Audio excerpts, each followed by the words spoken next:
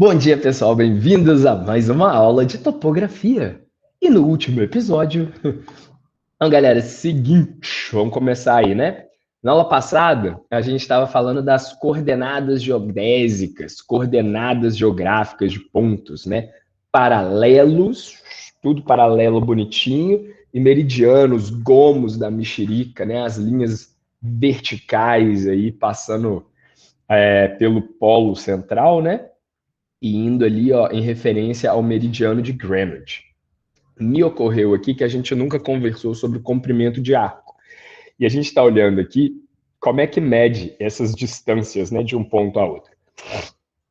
É exatamente o comprimento do arco que tem aqui, né? Ou o comprimento do arco vertical. Então fica a pergunta aí, vocês lembram como é que mede comprimento de arco, galera? Alguém lembra como é que faz essa medida? Teve essa curiosidade?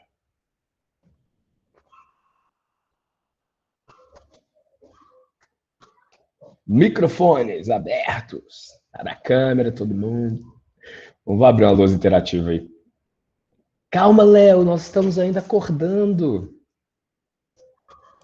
Uai, eu fechei minha câmera. Aqui. Vou abrir a lousa interativa aqui com vocês e a gente constrói esse conhecimento juntos. Vambora. Compartilhar a lousa interativa, todo mundo aí no chat.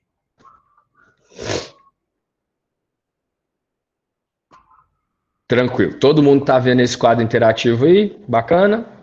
Sem problemas? Sim. Beleza. Pessoal, então é o seguinte, a gente trabalhou até agora com uma série de características específicas, né, das medidas, principalmente falando de trigonometria. Foi aquela revisão de trigonometria básica que a gente teve lá, né? Triângulos, senos, cossenos. Então vamos lembrar de duas coisas agora que vão ser importantes quando a gente for trabalhar com qualquer medida aqui. Quer participar também, cachorro? Não, hoje não. Quando a gente está falando que um número é igual a uma função do número, ao seno de um ângulo θ, como que eu faço para encontrar o valor do ângulo θ? Você sabe fazer isso? Alguém tem alguma ideia? Se eu quero saber o valor do ângulo θ, né, passando lá nas funções trigonométricas, como que eu descubro o valor de θ nessa função aqui? Você isola ele, no caso. Você passa E o seno como para que o outro faz lado. isso? Como que faz o seno para o outro lado? Vocês lembram disso? Fica. Leva a menos um, no caso. Coloca seno a menos Eleva a um dos dois menos lados. 1. Isso mesmo. Então a função aqui agora, ó, vai ser essa aqui, ó, seno a menos 1 de A.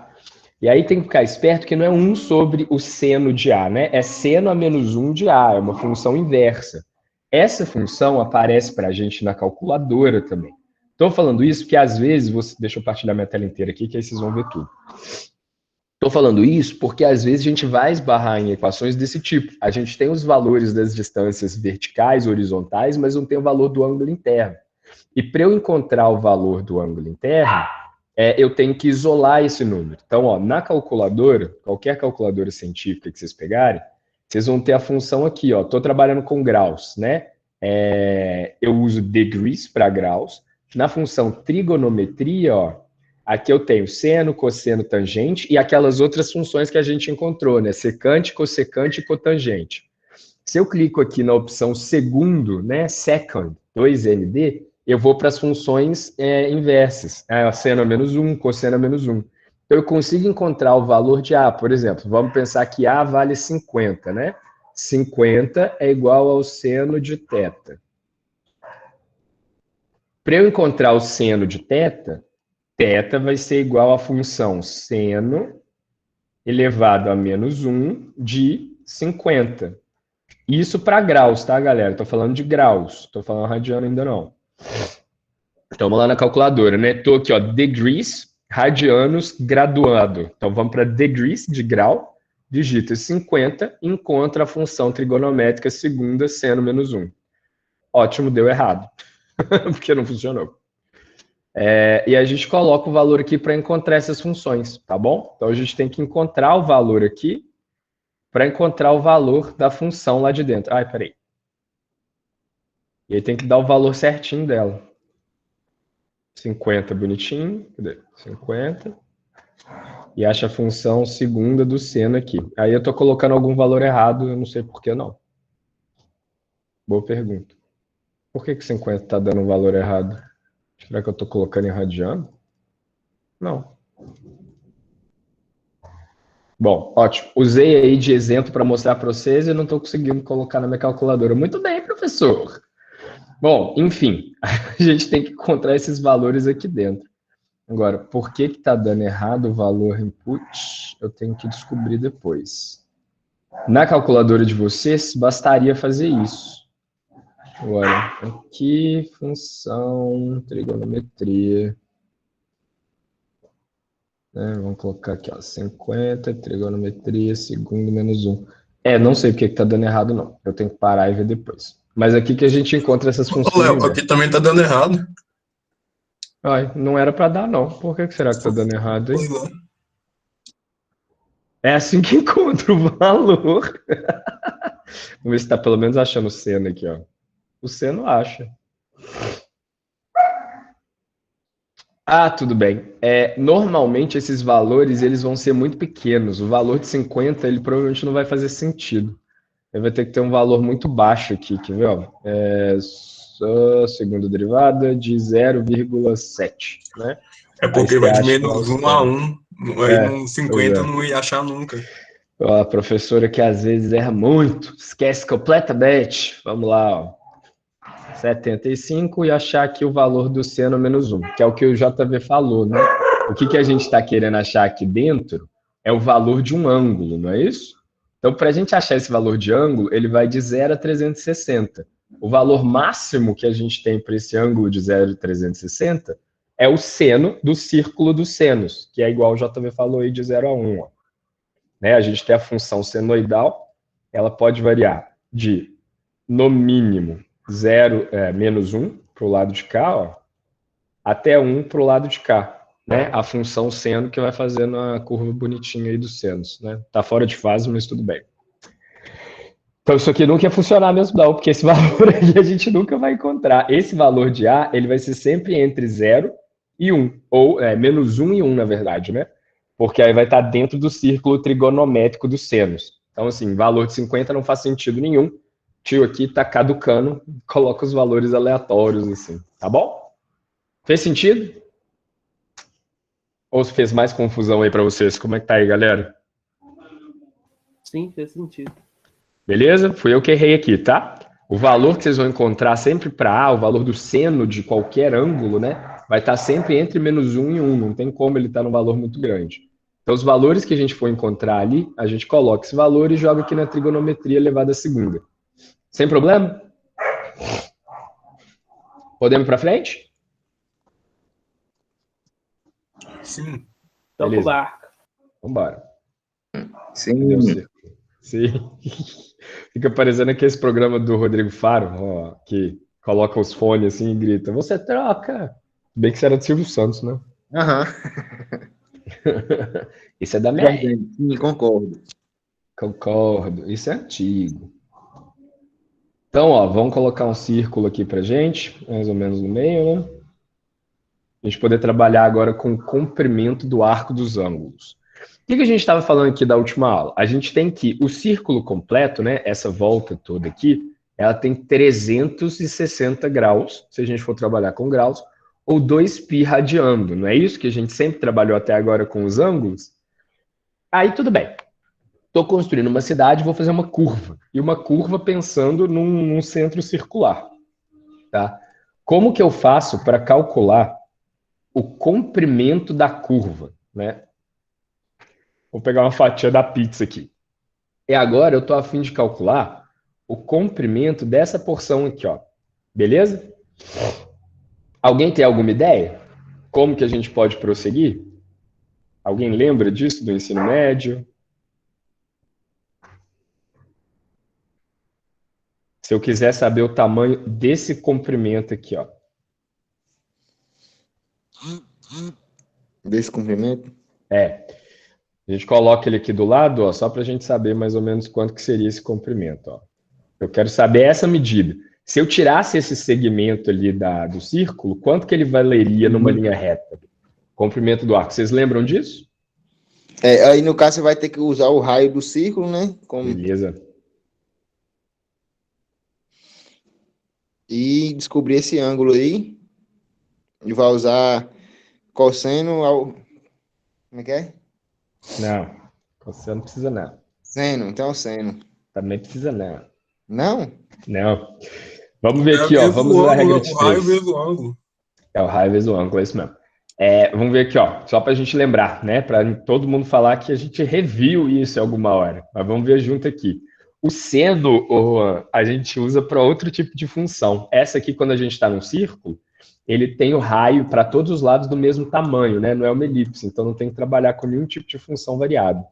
Olha só, quando eu tenho um ponto A e o ponto B, e eu estou querendo calcular o comprimento desse segmento de arco ali, ó. Tranquilo? Uhum. Vamos ver aqui como é que está a nossa expressão. A gente tem duas maneiras de fazer isso. A gente sabe quanto que é o valor de uma volta completa no círculo, não sabe? Quantos ângulos tem essa volta completa aqui?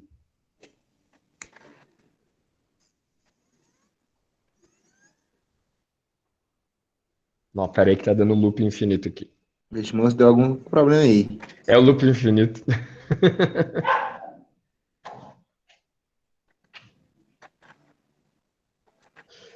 Qual que era a medida? Calma aí, deixa eu colocar aqui junto. Vocês não estão vendo. Oi? O trabalho final você vai passar pra gente quando, daquele trabalho? Qual deles? O de levantamento? O de levantamento. Essa é a parte prática. A gente vai fazer quando voltar. A gente tem 15 horas prática. Se alguém precisar dessa disciplina para formar, eu adianto e passo os resultados antes para a gente agilizar. Mas a ideia é fazer quando voltar presencial, para a gente poder ir no campo e fazer as medidas. Mas você acha que volta por agora? Ano que vem no máximo, né? Que a gente vai e faz a turma presencial. Mas se alguém falasse, Léo, eu preciso dessa disciplina para formar, eu adapto à distância, não tem problema nenhum. Aí a gente faz, eu coleto os dados, passo para vocês fazem só a parte do trabalho do mapeamento, tá bom? Ô, Léo, da última vez foi EAD, né? Essa prática. Não, eu não fiz EAD não, eu deixei aberto. Teve um trabalho final seu? Teve. Alguma coisa? Aí eu lembro de alguém comentando num grupo, alguma coisa assim. Trabalho final sempre tem, galera, mas assim, a parte prática do levantamento eu deixei aberto. Tanto da outra turma quanto dessa. A gente, inclusive, faria junto quando pudesse voltar presencial. Na verdade, não, né? Porque se ninguém tiver vacinado, aí eu tenho que separar as turmas. Mas como é um trabalho aberto, a gente faz na área externa, aí é de boa. Eu deixei a turma em aberto, mas se vocês falarem assim para mim, Léo, eu preciso dessa disciplina para formar, só falta ela. Na hora, eu paro a disciplina lá no final, eu adapto a parte à distância e a gente faz a distância mesmo em EAD, não tem problema nenhum. Eu prefiro esperar porque a gente tem equipamento, sabe? Então, assim, é legal ir no campo, fazer as medidas. Oi? Mas se for só uma pessoa na turma e as outras quiser fazer a prática, tem como? Acho que não. Não tenho certeza. Eu tenho que olhar no DRCA, porque eu teria que fechar a turma inteira. Aí o que eu posso dizer é, faço todo mundo à distância e quando retornar eu faço a prática para quem quiser fazer presencial, fora do horário, a gente combina um dia bom para todo mundo, além desse tempo, para mim tá tranquilo. A gente aproveita e faz um projeto aí para a universidade, conta a hora para vocês, e vocês fazem o levantamento lá. Mas isso, galera, para mim é super tranquilo mesmo. Então, se vocês falarem, Léo, eu preciso dessa disciplina para formar, eu preciso dessa disciplina para pegar meu diploma, eu adapto tudo à distância, não tem problema nenhum, e a gente consegue finalizar antes do tempo lá hábil, tá bom? Agora, vocês têm que me avisar isso antes do fim do período. Eu tenho que saber disso com pelo menos um mês antes do fim de período para poder fazer os trâmites lá do... Tem que mandar para o BCT tem que aprovar, e aí eu tenho que fazer a prática antes, entendeu? Esse semestre agora vai até que mês? Alguém sabe, mais ou menos? Oi? Esse semestre vai até que mês? Vai até dia 23 de setembro. 23 de setembro? O último dia de aula é 23 de setembro. 3 meses, né, praticamente? Aí eu tenho que saber, porque se aí a gente fica sabendo no final de agosto, assim, se alguém vai formar, vocês me avisam, e aí eu já penso na prática à distância, sem problema nenhum, tá bom? Senão a gente deixa aberto e quando retornar a gente faz presencial.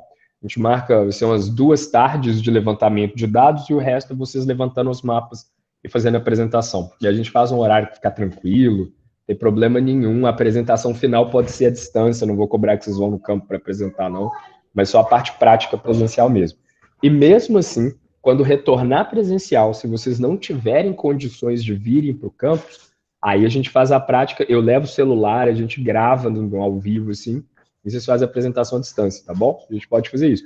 Eu preferia que vocês estivessem aqui, mas estou sendo super flexível de acordo com a condição de cada um, beleza? Então, assim, não consigo voltar para Janaúba, não consigo fazer presencial ainda, não estou organizado para isso, beleza. A gente adapta para quem tiver presencial e aí manda os dados para o pessoal fazer a distância. E aí vocês fazem o grupo à distância. Tranquilo? Beleza. Parece bom? Vocês já vão organizando o grupo de vocês aí, hein, galera? Porque vai ser o mesmo grupo para prática, para o projeto e para o seminário. Olha a cachorrada latindo. Então, vou voltar aqui. Prática, projeto e seminário. São as partes avaliativas que tem lá. Deixa eu ver aqui na turma. É isso mesmo? Tem que ver lá no plano de ensino. Vocês estão conseguindo acessar? Classroom, ó. Atividades avaliativas aqui, ó. Cadê? Seminário, 25 pontos. Práticas, 30 pontos, é essa final. O projeto, que é outra coisa, 25 pontos. Aí tem 10 pontos de exercício e 10 pontos de aula invertida. A aula invertida a gente vai trabalhar das normas técnicas. E os exercícios são listas que eu vou passar. Hoje eu vou soltar 2 listas, dá 2 semanas para vocês fazerem. E essa revisão de trigonometria e de ângulo aí, bem tranquilo. Tá bom? Core, Catarina, chega. Então, vou voltar aqui, ó. Então, a nossa ideia é entender o comprimento do arco. A gente falou das 2 medidas possíveis, né? Os ângulos, que são as aberturas, e as medidas que a gente faz em radiano. E, por convenção, uma medida completa de um círculo tem 360 graus ou 2π radiando, não era isso? Só que para a gente não é legal ficar sabendo só em π radiandos, né? A gente quer saber a medida em comprimento mesmo. Então, a gente pode fazer uma regra de 3, a famosa regra de 3. Vamos lá. Deixa eu abrir aqui mais. Ver como é que vai ficar isso aqui. Abrir para cá? Vamos embora aqui. Então, ó, como é que tem as nossas medidas? Eu tenho que uma volta completa, ela é representada por 2π radiando, não é isso? O perímetro completo, 2π vezes o raio. Não é esse o comprimento do círculo? Olha eu falando radiando. Gente, segunda-feira de manhã, hoje está difícil, né? 2π vezes o raio. Não é assim que a gente mede o perímetro completo do círculo? Faz sentido isso? Sim, sim. Em ângulos, isso representa 360 graus, não representa? Se eu quero, vamos chamar esse comprimento aqui de S, né? Eu quero o comprimento S desse arco, quantos graus representam qual que é o comprimento desse arco, sabendo que ele mede alfa graus, né? Então, a gente tem aqui aquela clássica regra de 3. Tranquilo? Se eu multiplico tudo cruzado, ó, como é que vai ser a nossa medida aí no final?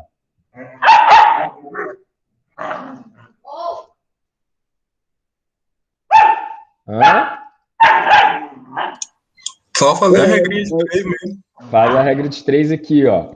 Alfa vai para lá multiplicando, 360 vem dividindo, não é isso? Então, a nossa medida do comprimento S aqui, ó, ela vai passar a ser o quê? Alfa 2π raio sobre 360 graus.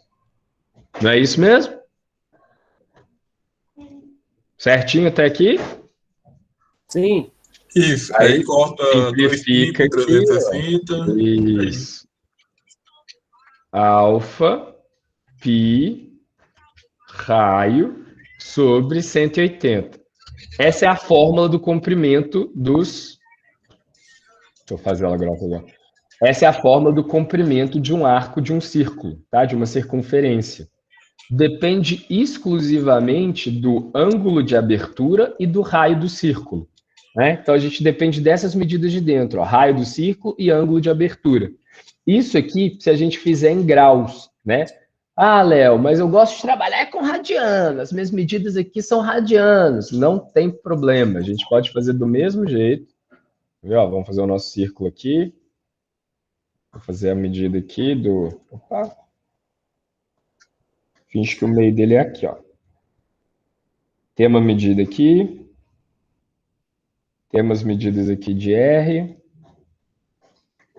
Medida de R. Aqui a gente tem o ponto A.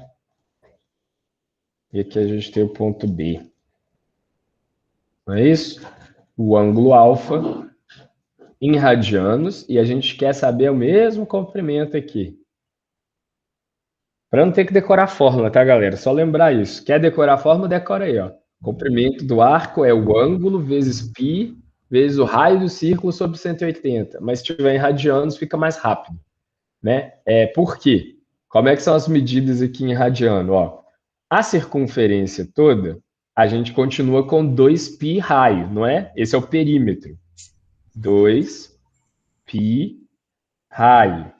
E quanto vale a circunferência completa em radianos? Não é 2π radiano? Não é isso?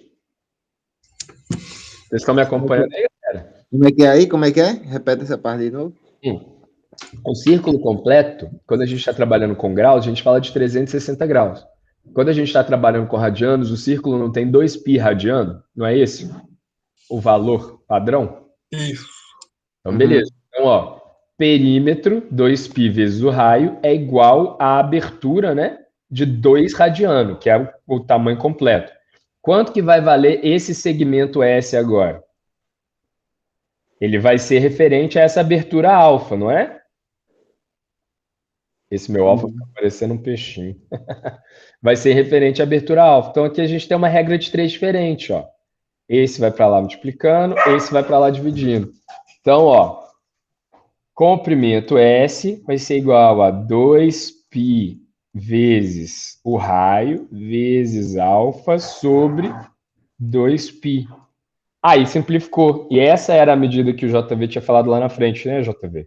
Que era só o raio vezes o ângulo. Mas aí o ângulo tem que estar em radianos, tá bom? Tem que tomar cuidado com isso aqui, ó. Então, ó, para a gente medir o comprimento desse raio aqui, dessa circunferência, esse comprimento S, basta eu ter o raio do círculo e o ângulo em radianos. Se eu tiver o ângulo em grau, é a mesma coisa. Só que tem que lembrar de dividir por... tem que multiplicar por π sobre 180. Tá? Se tiver em radianos, é direto. Nossa Senhora. Tranquilo? Tranquilo. E aí, quando vocês jogarem na calculadora, não assusta. Os números que vocês vão ter para esses valores, se tiver que jogar com trigonometria reversa, nunca vão ser maiores ou menores que 1 e menos 1, né? Eu que caduquei mesmo na hora de colocar o valor aleatório lá, sem pensar muito, tá bom? Então, beleza. Agora a gente tem como é que a gente mede esses arcos todos. Léo, para que você está fazendo revisão de arco? Porque a gente está trabalhando exatamente com arcos, né? Olha só, quando a gente está falando das coordenadas geodésicas ou coordenadas geográficas, o que a gente falou na aula passada? Que a gente considera um ponto no centro da nossa imagem tridimensional de referência, né? E a gente está fazendo a abertura de um ângulo e um comprimento de um arco em referência ao ponto central. Para a gente entender esses arcos e essas medidas... Espera aí que eu vou parar os cachorros aqui rapidinho.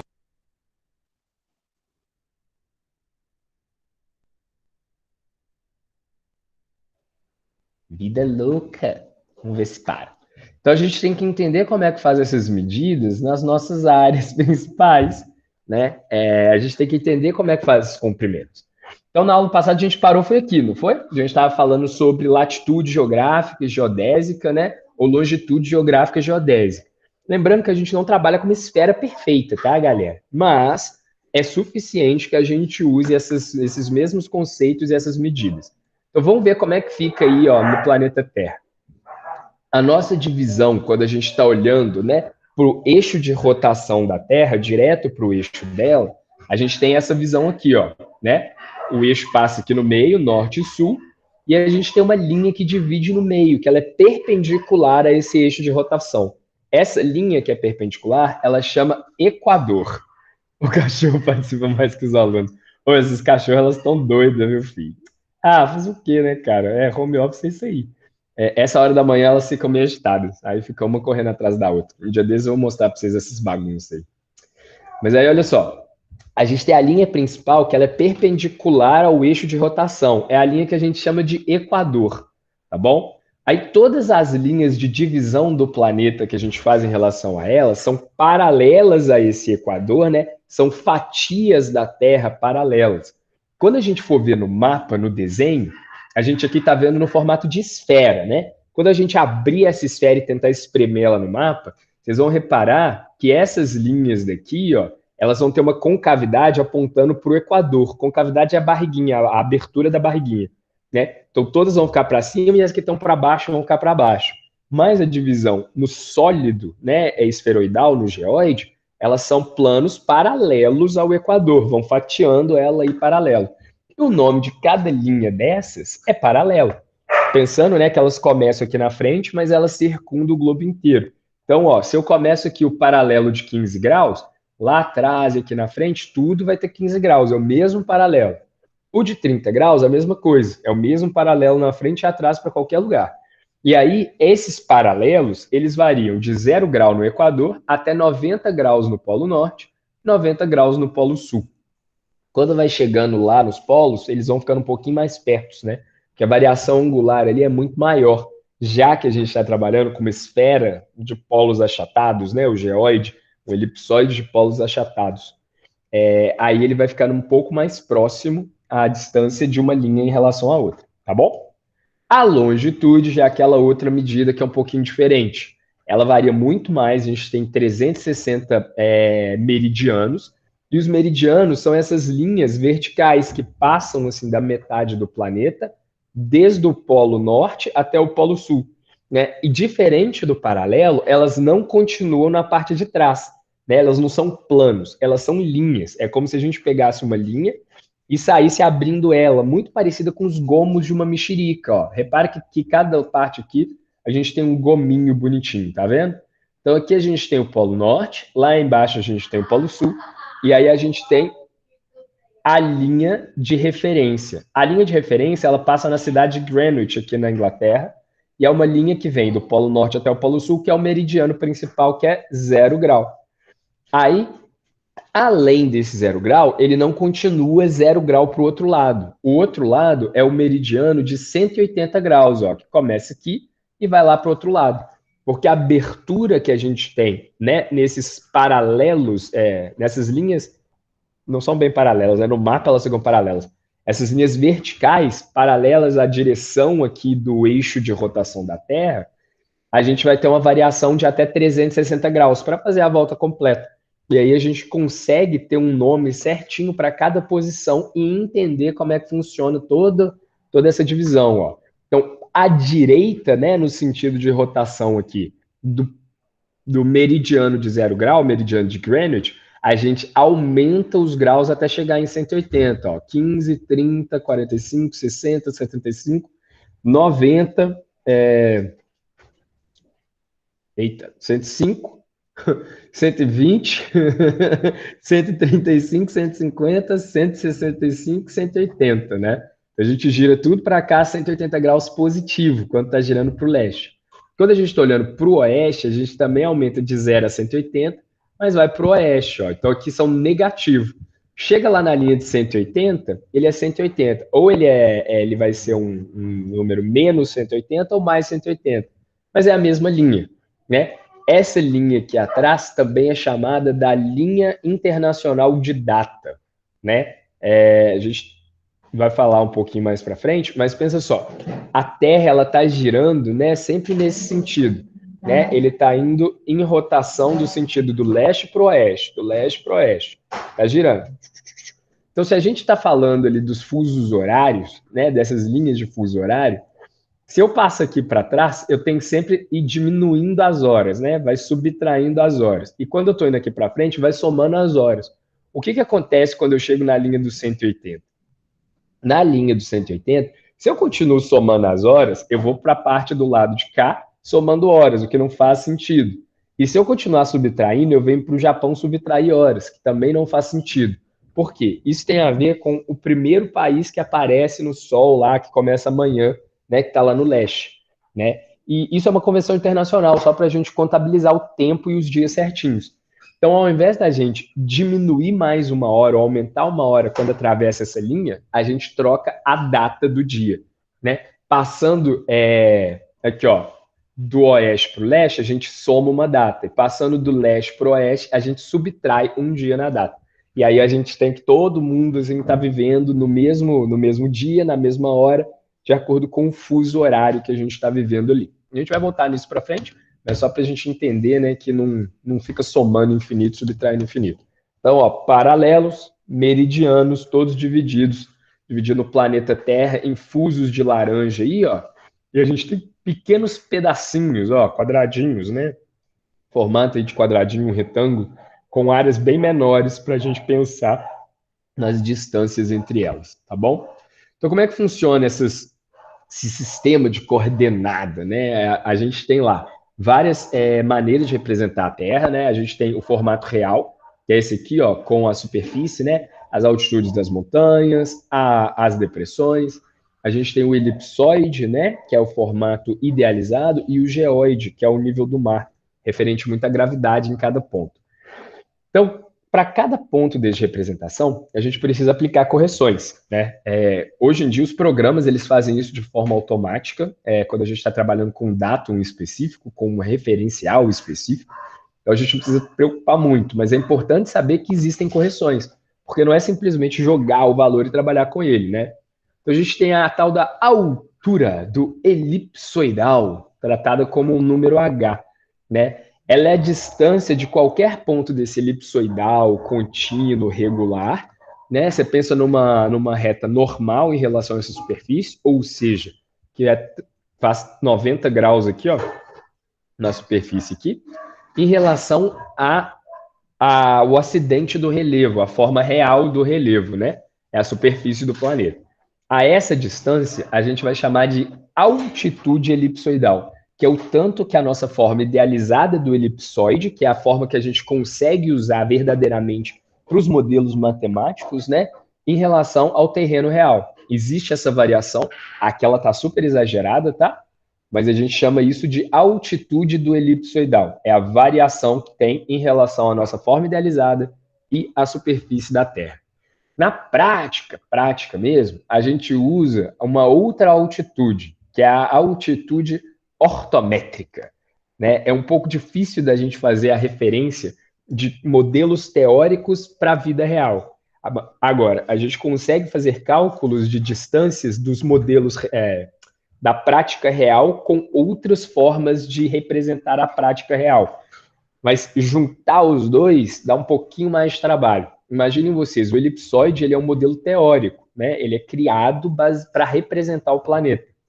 A superfície do terreno ela é verdadeira, ela está lá e ela existe, né?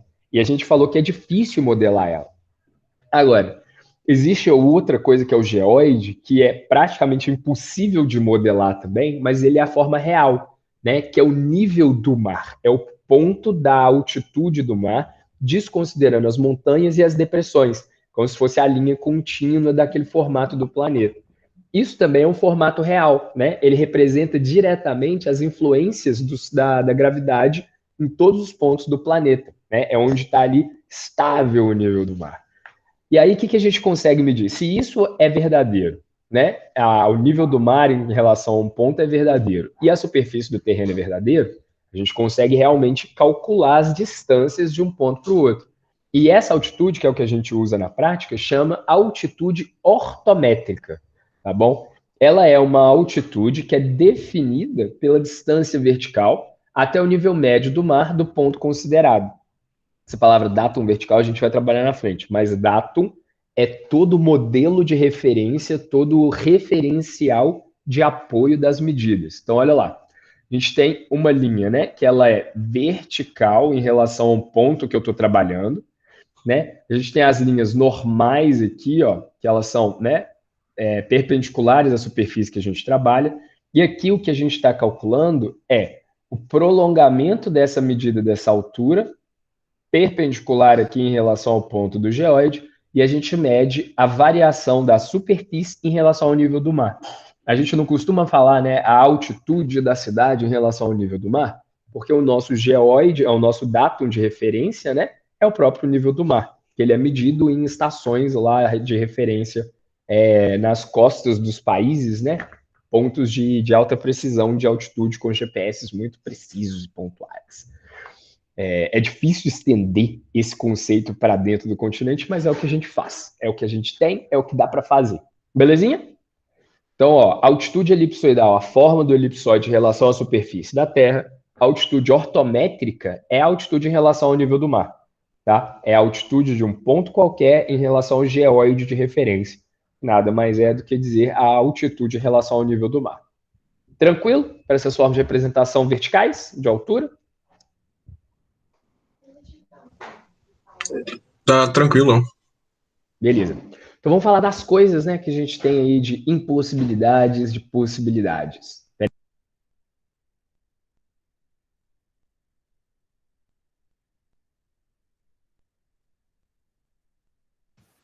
Então vamos aqui, ó. Eu aperto o botão errado, galera. Foi mal aqui, ó. Vamos falar de projeção cartográfica da Terra. O que é essas projeções cartográficas? A gente está falando de várias formas de representar esses modelos tridimensionais do nosso planeta, essas distâncias todas que a gente tem, né? Mas na prática, a gente ainda não tem relógios de projeção holográfica para a gente colocar os nossos supermarcadores tecnológicos 3D e fazer um touch aqui, ó, aqueles filmes futurísticos, né? A gente ainda usa mapas, que são representações planimétricas, né? E a gente projeta essa ideia toda do planeta nos nossos papéis. Olha a geometria descritiva aí, galera. A gente pega lá os pontos todos que a gente tem para representar do espaço tridimensional e projeta elas em algum tipo de representação. É isso que a gente chama de projeção cartográfica. Então vamos pensar aqui. Será que eu consigo representar, né, uma elipse, um círculo, em um plano? O que vocês acham? Olha eu dando resposta aqui. Como é que a gente faz para representar esse modelo 3D num papel? O que acontece com os nossos modelos? O que vocês acham?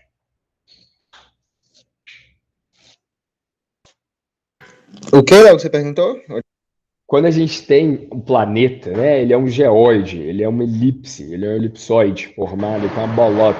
O que acontece quando eu tento representar ele num papel?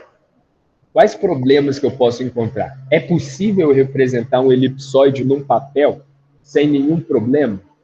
Possível é, mas vai ter deformação na imagem, né? Distorções de Por tamanho. quê? Porque não consegue representar exatamente da forma que é, tem distorção, né? Não, sim, tá certíssimo. Mas por que tem distorção? Os polos ficam mais achatados, esqueci o resto. Não tem problema não. Por aí. A ideia é essa mesmo, né? Imaginem só, se a gente tem aqui uma folha de papel plana, deixa eu pegar uma folha de papel plana, peraí.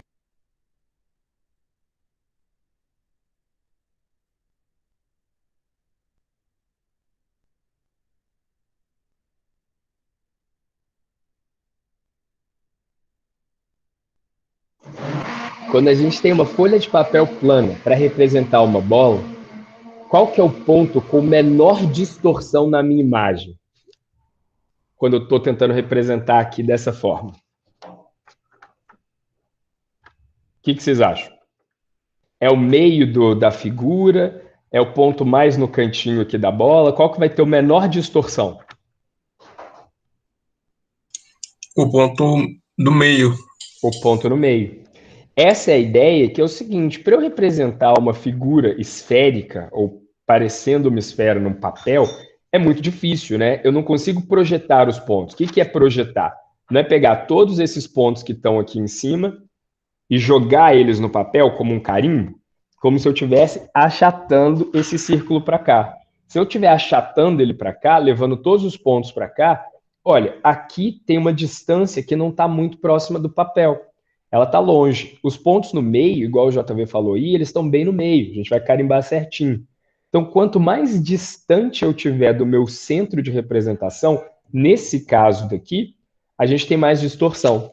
E se eu fizer dessa forma, assim, ó, um cone, né, uma forma cônica? Vou colocar aqui, ó. Colocamos aqui a representação do nosso círculo dentro de um cone. Quais são os pontos que vão ter mais distorção? O que vocês acham? A parte de baixo e aqui. Aqui não tem contato com o papel. Aqui e aqui. Não é isso? Isso. Beleza. Por quê? Porque são as porções que estão mais distantes do papel possível. Essa é a tal da representação cônica, né? Olha só, os pontos que estão aqui em cima e embaixo são os polos. A maior parte dos nossos mapas é feito dessa maneira. A gente pega, tenta carimbar aqui a esfera e depois abre o papel. E aí fica bonitinho. Então, os polos que estão muito distantes, eles ficam muito distorcidos. E essa outra representação aqui, ó. Vou fazer o sorvetão aqui. Tudo isso num papel, ó, galera. Meu papel, ele é bidimensional, né? Vou fazer um cone aqui, um chapéuzinho de festa. Eu joguei os meus fora. Qual que é a porção que vai ficar mais longe agora?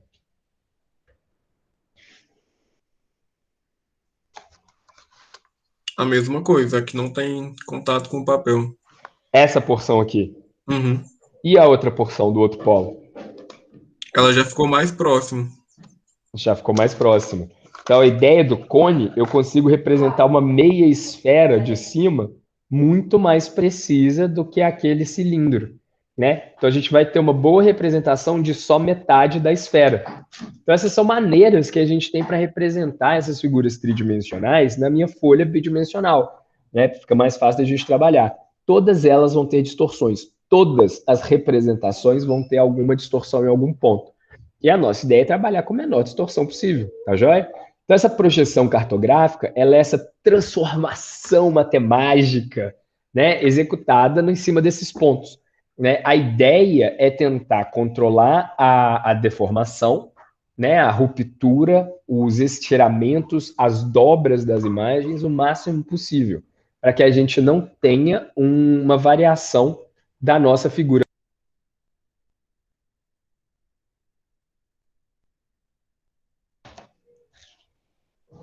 Beleza? Tranquilo até agora? De boa? Gente, essa aula aqui tá muito oitava série, nono ano. Vocês estão lembrando disso? Que saudade. Relaxa que daqui a pouco complica.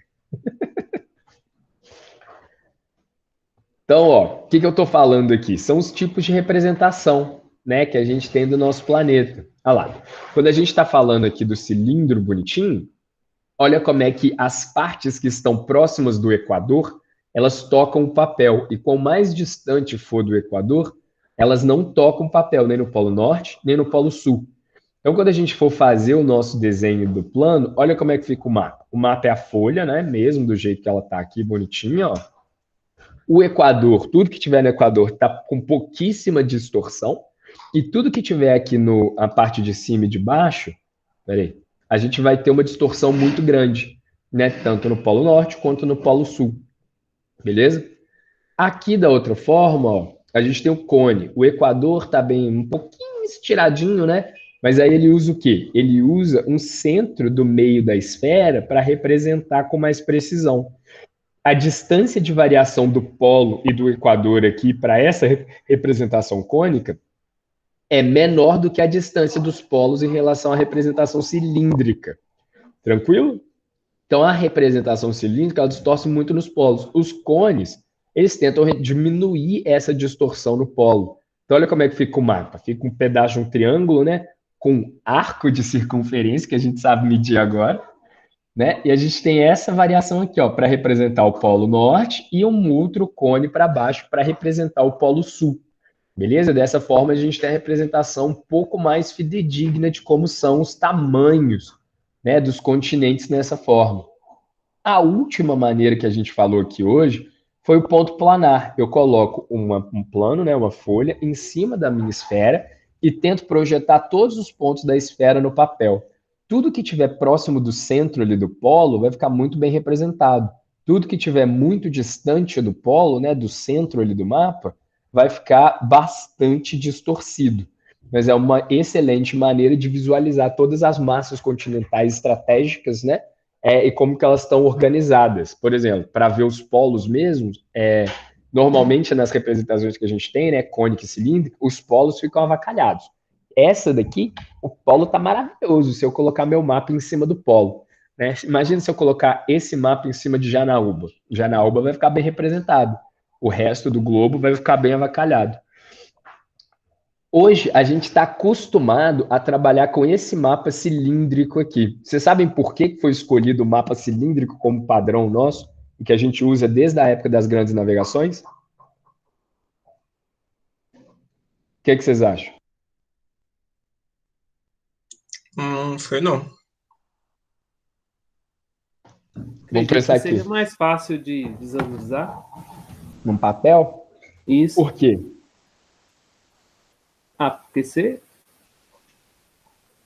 se for olhar aí na imagem, eu consigo ver melhor essa no papel aberto, né?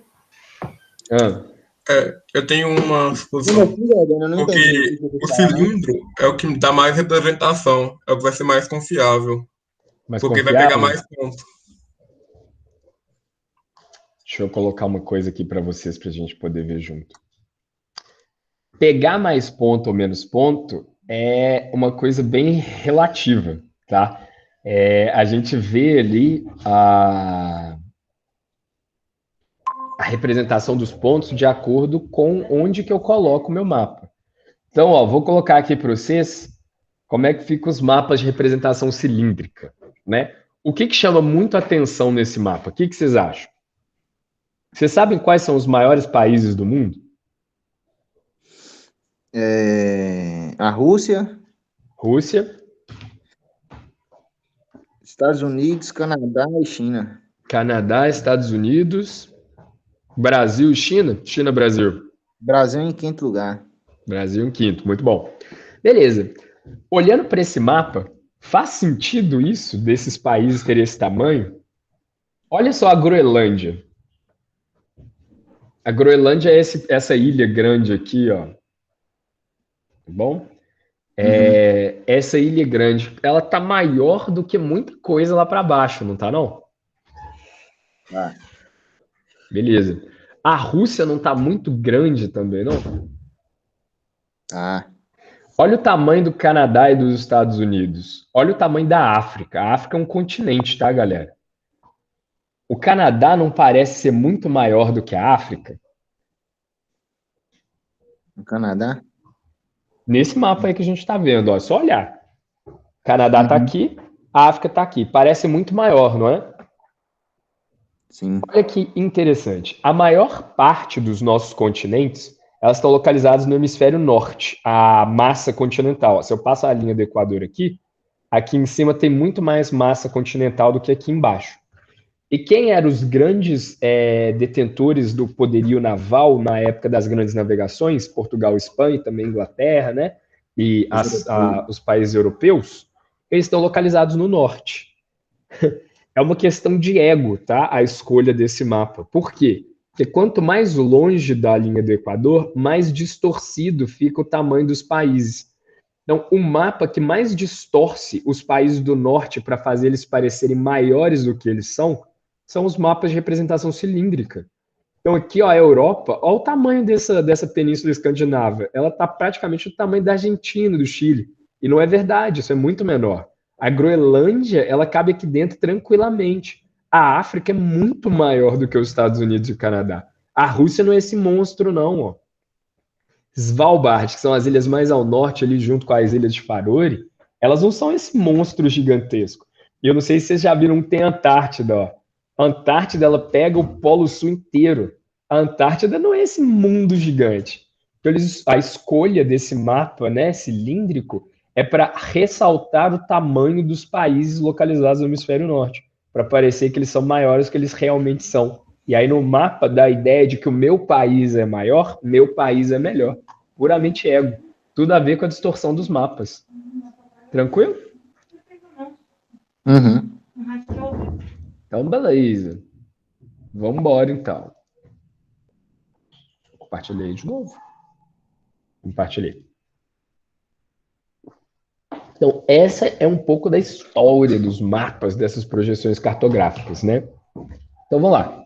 Quando a gente está trabalhando, né, só para formalizar aí, com essas representações tridimensionais, A gente está falando de planos, cilindros ou cones.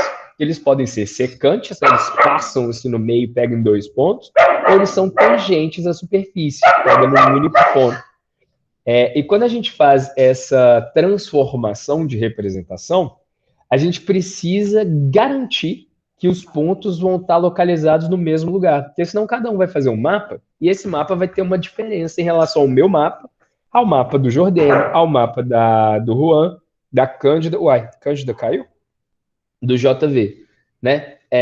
Então a gente tem que ter um padrão que represente todos esses pontos, né? A gente precisa que seja definido um sistema cartográfico básico. Cora. Né, Cora? Ah lá, Coralina já entendeu. O padrão de referência básico é a distância em relação a um ponto específico de representação para que todo mundo consiga fazer essa relação, né? Eu faço um mapa aqui hoje, o JV vai fazer um mapa lá na Austrália, Juan vai fazer um lá no Canadá e o Jordano vai fazer um lá na Rússia. E esses mapas vão falar dos mesmos pontos no mesmo lugar. É um referencial geral para todo mundo, para que a gente converse na mesma língua. Senão, imagina, cada um vai sair fazendo um ponto diferente, um lugar diferente, e isso não vai dar certo, vai ficar horroroso. Olha eu passando no lugar errado. Né? Pensando nesses modelos base, né, esse sistema clássico, a gente tem uma nova palavra, que é o que a gente falou um pouco ali de datum. Né? O datum é a referência para ordenar todas as medidas. Então tá, eu tenho um modelo elipsoidal que eu fiz lá no meu computador. O planeta tem a forma dele. Como que eu faço para juntar uma coisa com a outra, né? Para eu encaixar o planeta no modelo? E às vezes falar isso parece uma coisa meio burra, né? Tipo, Léo, mas é óbvio, quem fez o modelo lá do planeta já pensou no elipsoide. Mas aí acontece que meu elipsoide ele pode estar colocado nessa posição e o meu planeta está girado para cá. Como que eu garanto que o ponto no meu modelo bate com o meu ponto real?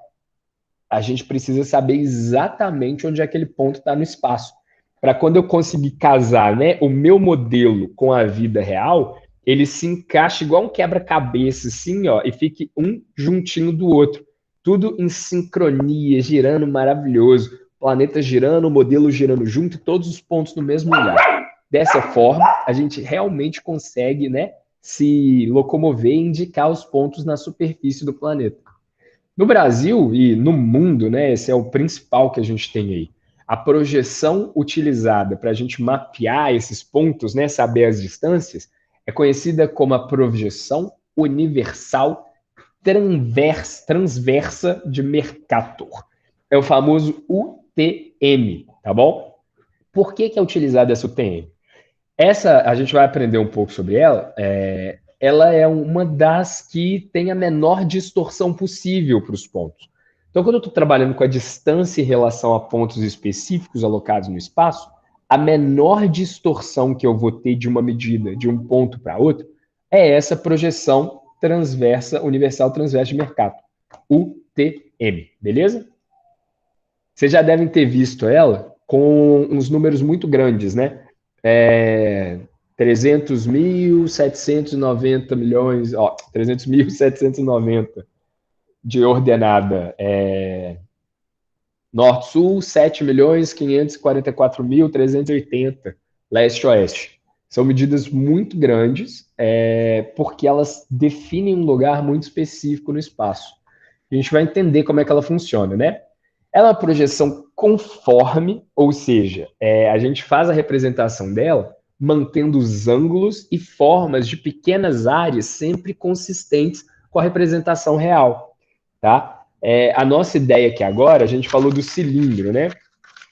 O cilindro de distorção. Cadê o nosso cilindro aqui, ó? Todo mundo tá vendo minha câmera aí? Nosso cilindro de distorção a gente colocou aqui na nossa bolinha, planeta Terra, né? Como que eu consigo representar essa bola? A gente sempre tem esse ponto aqui, os polos, muito afastados da folha, não é? Não foi isso que a gente chegou no consenso? E se eu pegar o meu cilindro e fazer vários cilindros em várias posições dessa bolinha? Eu vou chegar em pontos, né, que vão estar aqui no começo, distante da minha folha, e quando eu fizer um cilindro assim, eles vão estar exatamente no centro da folha, não vão? Então, se eu fizer várias representações cilíndricas, né, para a gente manter a menor distorção possível, para cada lugar que eu estiver trabalhando, eu vou ter uma parte muito específica da minha mexerica da terra, né, aquele gominho assim, para a gente trabalhar com ele. E aí, o que é interessante para a gente? Quando eu estiver trabalhando com a esfera nessa porção, eu vou trabalhar com esse gomo que está aqui no meio. Quando eu estiver trabalhando com a esfera nessa porção, eu vou trabalhar com esse gomo aqui no meio. Quando eu estiver trabalhando com essa porção aqui para trás, eu vou trabalhar com o gomo que está aqui do lado. Então, olha a nossa figura aqui agora. A gente está usando, né, projeções cilíndricas ortogonais aqui, que agora elas são perpendiculares ao eixo de rotação da Terra. E aí, ó, para cada cilindro que eu vou representar, como é que a gente tem aqui, ó? A gente pode dividir aqui a porção da Terra em duas linhas secantes, né? Que são linhas que cortam ali, passando ali no meio do globo, em uma porção aqui no meio, ó. Então aqui eu peguei, tá vendo? Alguns meridianos, alguns paralelos, né? Quase todos paralelos. E eu tenho a representação dessa porção aqui com uma credibilidade muito alta, com uma fidedignidade muito alta. Por quê? São as porções nessa parte do cilindro que tocam, né, a projeção cilíndrica, a própria parte ali do desenho. E olha como é que ficam as linhas, tá? Para a gente aqui no Equador, elas vão ficar ao oposto do que a gente trabalha quando a gente está olhando para o Equador, com cavidade para baixo, né? Como as linhas elas circulam aqui agora, ó, então, ó, quando eu pegar ali a minha tirinha de papel, o meu gomo da mexerica aqui e esticar ela no papel, a gente vai ter a concavidade para cima e concavidade para baixo aqui. Então, a gente vai ter, né, essa parte aqui, ó. As tangentes vão estar com concavidade para cima e a secante com concavidade para baixo aqui, ó. Verdade? Ó, a secante aqui, ó, cortando um ponto e outro ponto. E a tangente vai estar bonitinha aqui embaixo, tá? Tocando um ponto único aqui do meu cilindro. Beleza? Então, o nosso cilindro de projeção, ele é secante ao elipsoide de revolução ao longo de 2 meridianos. O que significa isso? Que 2 meridianos, eles vão pegar aqui no meio, ó, tá vendo? A minha linha de papel vai pegar no meio de 2 meridianos. A gente não consegue fazer ela tão bonitinha. Tranquilo até agora? Fez sentido isso até agora? Uhum. Tranquilo, né? Vários cilindros, agora na horizontal em relação ao eixo de rotação da Terra, cortando o nosso planeta. Então a gente pega uma tirinha, né? Pega a raspa, pega o gomo da mexerica, e esse gomo vai cortar 2 meridianos em 2 pontos. Tá vendo lá? Ele é secante, ó. Ele corta aqui e corta aqui embaixo. Corta aqui, corta aqui embaixo. E um meridiano inteiro está representado ali no meio, não tá? Ó esse meridiano aqui, ó. Sem distorção nenhuma, não é isso? Todo mundo está enxergando esse meridiano aqui no meio? Sim. Só sobrou você, tá, Jordane? Então, ó, para nossa figura de representação nessa linha aqui, esse meridiano no meio, ele está perfeito. Ele está tocando no cilindro o máximo que ele consegue. Ele não tem distorção, que ele está no meio da imagem. Então, tudo que for calculado ali a partir daquele meridiano vai estar muito próximo do valor real. Beleza? Então, vamos ver como é que funciona aí, ó. Na prática, é assim que funciona, né? Aqui não são os meridianos mais, né? A gente até usa eles de base, mas são as nossas linhas secantes. Então, ó, temos aqui a representação cilíndrica. Essa é a tradicional, né? Que a gente vê o nosso mapa mundi. Agora, a gente vai estar usando um cilindro que ele é perpendicular ao eixo de rotação. Olha lá. E aí, o que acontece? Essa porção aqui do globo e a parte que está lá atrás está encostando nesse cilindro de projeção. Então, se eu pego aqui, ó, 2 linhas secantes cortando ele aqui, a linha do meio, ela é a que mais está tocando. Esse ângulo aqui, se você pegar como se fosse um plano aqui em relação ao eixo de rotação da Terra, ele faz 90 graus certinho aqui com o eixo do cilindro. Tranquilo? Então, a gente tem esse gominho aqui, ó, essa porçãozinha amarela da Terra.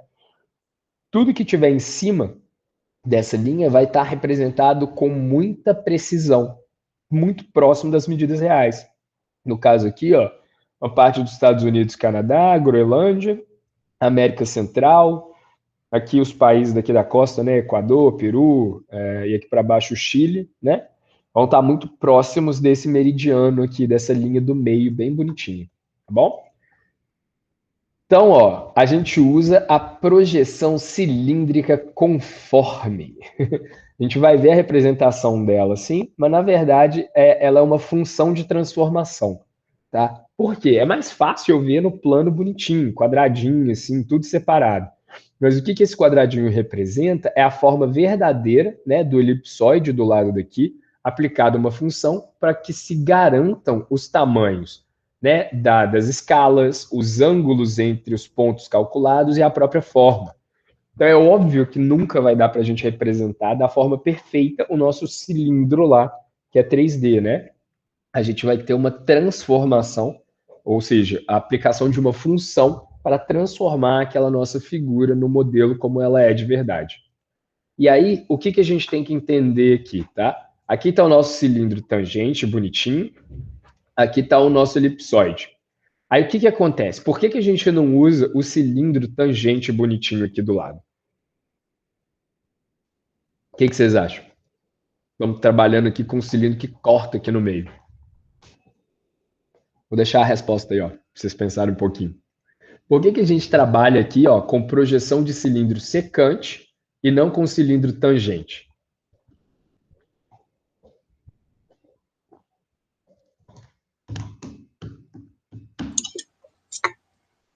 Para um equivaler ao outro, por exemplo, se vai faltar aqui, vai ser compensado do outro lado. Exatamente. Quanto mais na parte central, né, daquele raio ali do elipsoide que a gente quer representar, tiver o nosso cilindro, melhor vai ser a compensação de um lado para o outro. Aqui, ó, todas as minhas medidas do cilindro secante, elas estão distorcidas, né? Só tem 2 pontos que ela vai estar real aqui. Mas o tanto que distorce para cima é o tanto que distorce para baixo em proporção. Se eu uso um cilindro tangente, aqui só vai aumentando a distorção. Então, quanto mais longe do ponto tangente, mais distorcido vai ser a minha imagem, né? Isso aqui, esse K é o coeficiente de distorção que a gente tem ali no elipsoide. Então, ó, quanto mais distante eu tiver do ponto que é tangente ao cilindro, mais torcido vai ser a minha imagem. Se a gente usa o secante, a gente reduz essa variação, né, esse erro, porque a gente distribui de um lado para o outro. A gente tem compensação dos dois lados. Tranquilo? Show de bola. Então, ó, vamos ver como é que faz essa divisão aqui nessa projeção universal de Mercator, tá? A gente tem os paralelos e os meridianos, tá aqui a figura, ó, paralelo, né, Equador 0, meridiano 0 aqui, e aí a gente tem a variação, né, para os lados de cá, para o lado de lá, todas as linhas, né, apontando para sul e para norte aqui. E aí a Terra, ela é dividida em 60 fusos parciais. O que é isso?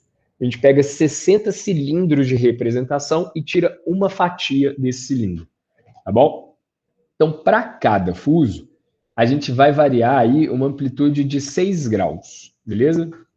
Então, a gente vai trabalhar de 6 até 360, né? O globo, no final das contas, tem 360 graus. Então, a gente vai trabalhar para cada tirinha, para cada fuso, uma abertura de 6 graus. Significa que a abertura aqui, ó, pensando lá no centro do cilindro, essa abertura aqui, ó, essa abertura aqui, ó, ela vai ter 6 graus. Para a gente tirar gomos aqui, ó, vai ter 6 graus cada um. Tranquilo? Tranquilo. Nenhum mistério até agora. Se a gente for dividir dessa forma, a gente vai dividir em 60 fusos, né? 60 pedaços que vão ter lá seus 6 graus, totalizando os 360 graus do planeta Terra. A contagem, ela começa no antimeridiano de Greenwich. O que é um antimeridiano, né? A gente viu lá que os meridianos, elas são linhas que não são contínuas de um lado para o outro, ó. Tem uma porção aqui na frente e aqui para trás tem uma outra medida.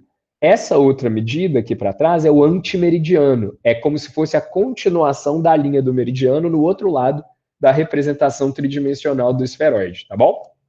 O elipsoide aí, ó, coleguinha dele. Então, ó, o antimeridiano de Greenwich é a linha de 180 graus. É a tal da linha de data, né? É o 180 ou menos 180, dependendo por onde você estiver indo. Então, para trabalhar com as projeções transversas de Mercator, a gente fala que aquele ali vai ser o meridiano zero. Então, o primeiro fuso que vem do meridiano zero e contando para leste, que a gente vai fazer a revolução, né, para leste, de oeste para leste, a rotação, a gente vai ter o 60. Então, o meridiano de Greenwich vai estar bem no meio dessa medida, vai estar lá no fuso 30, né?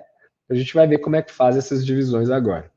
O Equador, ele continua sendo representado pela linha horizontal, tá bom? Ela é perpendicular ao eixo ali do meio.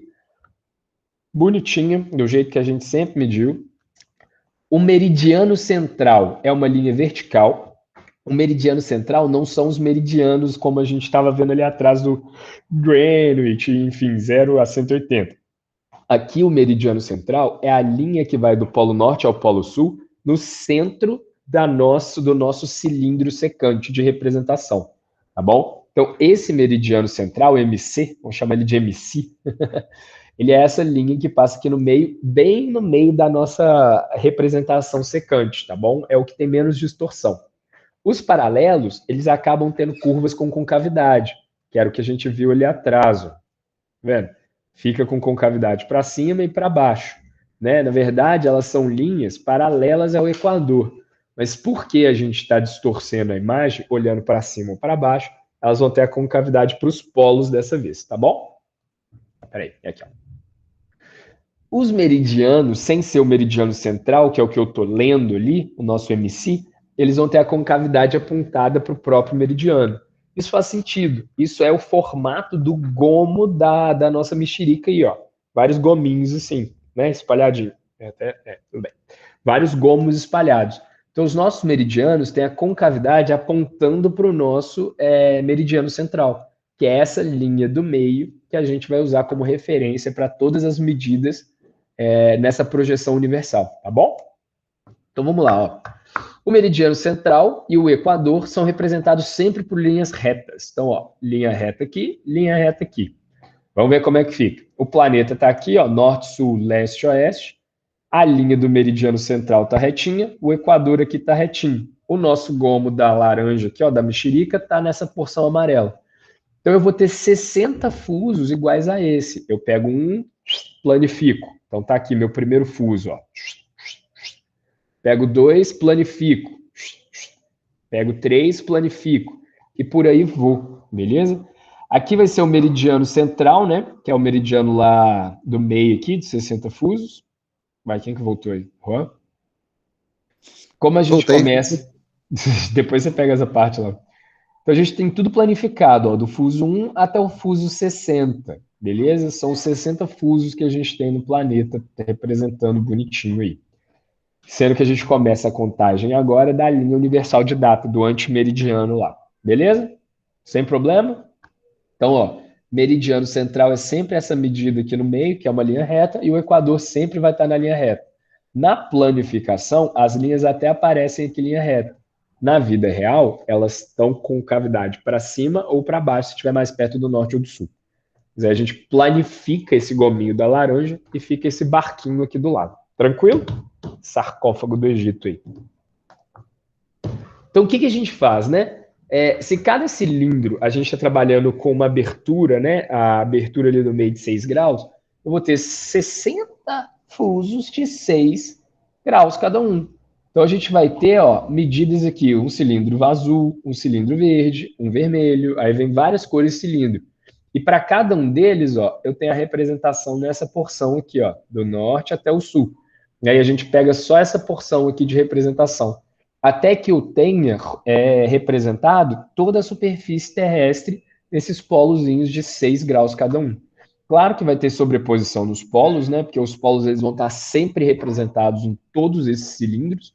Então a gente tem uma porção aqui, ó, ele está secante, né? Ele está cortando uma porção aqui do polo, cortando a porção aqui do polo.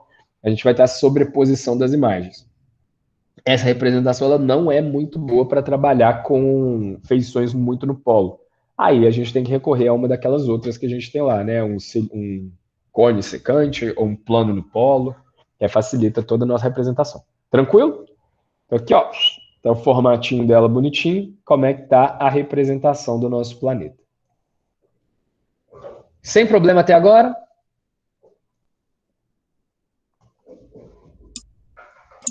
Sem problema. Sem problemas. Juan, Jordênio? Por mim, tudo bem, tá tudo beleza. Tudo bem até agora? Galera, deixa eu ver aqui. Nossa próxima aula, nós já vamos entrar agora em levantamentos planimétricos. Não, vamos continuar geodésia e cartografia. Deixa eu ver. Não, vamos continuar. Melhor. Tinha planejado uma coisa aqui, mas não vou fazer isso não. Eu ia liberar vocês para vocês fazerem exercício. Vou continuar até acabar. Meia hora, acho que a gente resolve isso aqui. Então, hã? O senhor ia trocar de matéria, era isso? Não, eu ia liberar uns exercícios para vocês fazerem, mas eu solto, aí vocês têm tempo para fazer com calma depois, para treinar. Vou acabar essa parte aqui, a gente troca de matéria na próxima aula. Beleza. Tá bom? Então vamos lá, ó. Continuando ainda aqui, né? A gente já falou de como é que é a representação bonitinha aqui dos nossos paralelos meridianos, né? O meridiano central sempre na vertical, tranquilo, fazendo 90 graus com o equador, também sempre linear. E temos esses formatos que era o que a gente trabalhou aqui até agora do barquinho, beleza? Então, ó, vamos entender aqui. O sistema, além de tudo, vocês estão vendo aqui que ele está sendo dividido, né? Dos fusos, nesse sentido leste-oeste. Ele pode ser dividido nas latitudes também. Dá uma olhada aqui, ó. A gente está trabalhando nas latitudes. E para cada latitude, a gente tem uma representação paralela ao Equador para facilitar. Essas latitudes, elas vão ser medidas em 8 graus, designadas por letras alfabeto, tá? Com exceção do I e do O. Pois é, inventaram isso, tiraram o I e o O. A contagem, ela vai começar de 80 graus no sul com a letra C e cresce para o norte até a letra X, pulando as letras I e O. Vamos tentar entender o que é isso aqui, ó. Eu falei para vocês que nos polos existe uma deformação muito grande. O polo está sobreposto em todas as imagens. Portanto, a gente tira os 10 graus de cima e de baixo, para não ter o problema no polo, e deixa sem representação. Se eu quiser trabalhar com polo, faz mais sentido eu usar uma representação planar do polo em especial, beleza? Então aqui, ó, a gente desconsidera os 10 graus de baixo, desconsidera os 10 graus de cima e tem as representações nas fatias agora paralelas ao equador. Cada uma delas vai estar distante de 8 graus. Vocês estão vendo aí, né? Então, cada uma vai estar distante de 8 graus e a gente vai variar da letra C até a letra X. Então, ó, C, D, E, F, G, H, pula o I, J, K, L, M, N, pula o O, P, Q, R, S, T, U, V, W, X. E aí a gente chega no final. A gente tem 8, 10 para baixo, 10 para cima, são 20 divisões no total, tá? E não usa duas letras do alfabeto, nem pega a letra A e a letra B e a letra Z. Então tira 6 letras, fica os 20 letras bonitinhas. Por que não aceita, galera? O pessoal, quando criaram essas referências, tiraram essas letras e a gente usa elas para outras indicações. Por exemplo, origem ou distância, né? A gente sempre usa como índice ou origem. Aí não vale a pena ficar repetindo. Então, ó, a contagem das divisões, a nossa do leste-oeste dos fusos, começa lá no antimeridiano, né? No 0. Vai até 30, depois até 60, fechando o círculo. Essas divisões nas letras agora começam do sul e vai até o norte, da letra C até a letra X. Brasil mesmo, Minas Gerais aqui, a maior parte dele está na letra K. Algumas porções estão em outras, mas assim, só para a gente ter noção do que é isso que a gente vai ver daqui a pouco, tá bom? Então, olha como é que fica a nossa divisão do nosso planeta, ó. Aqui está o polo, os 10 graus que a gente desconsidera. Lá embaixo também tem os 10 graus que a gente desconsidera.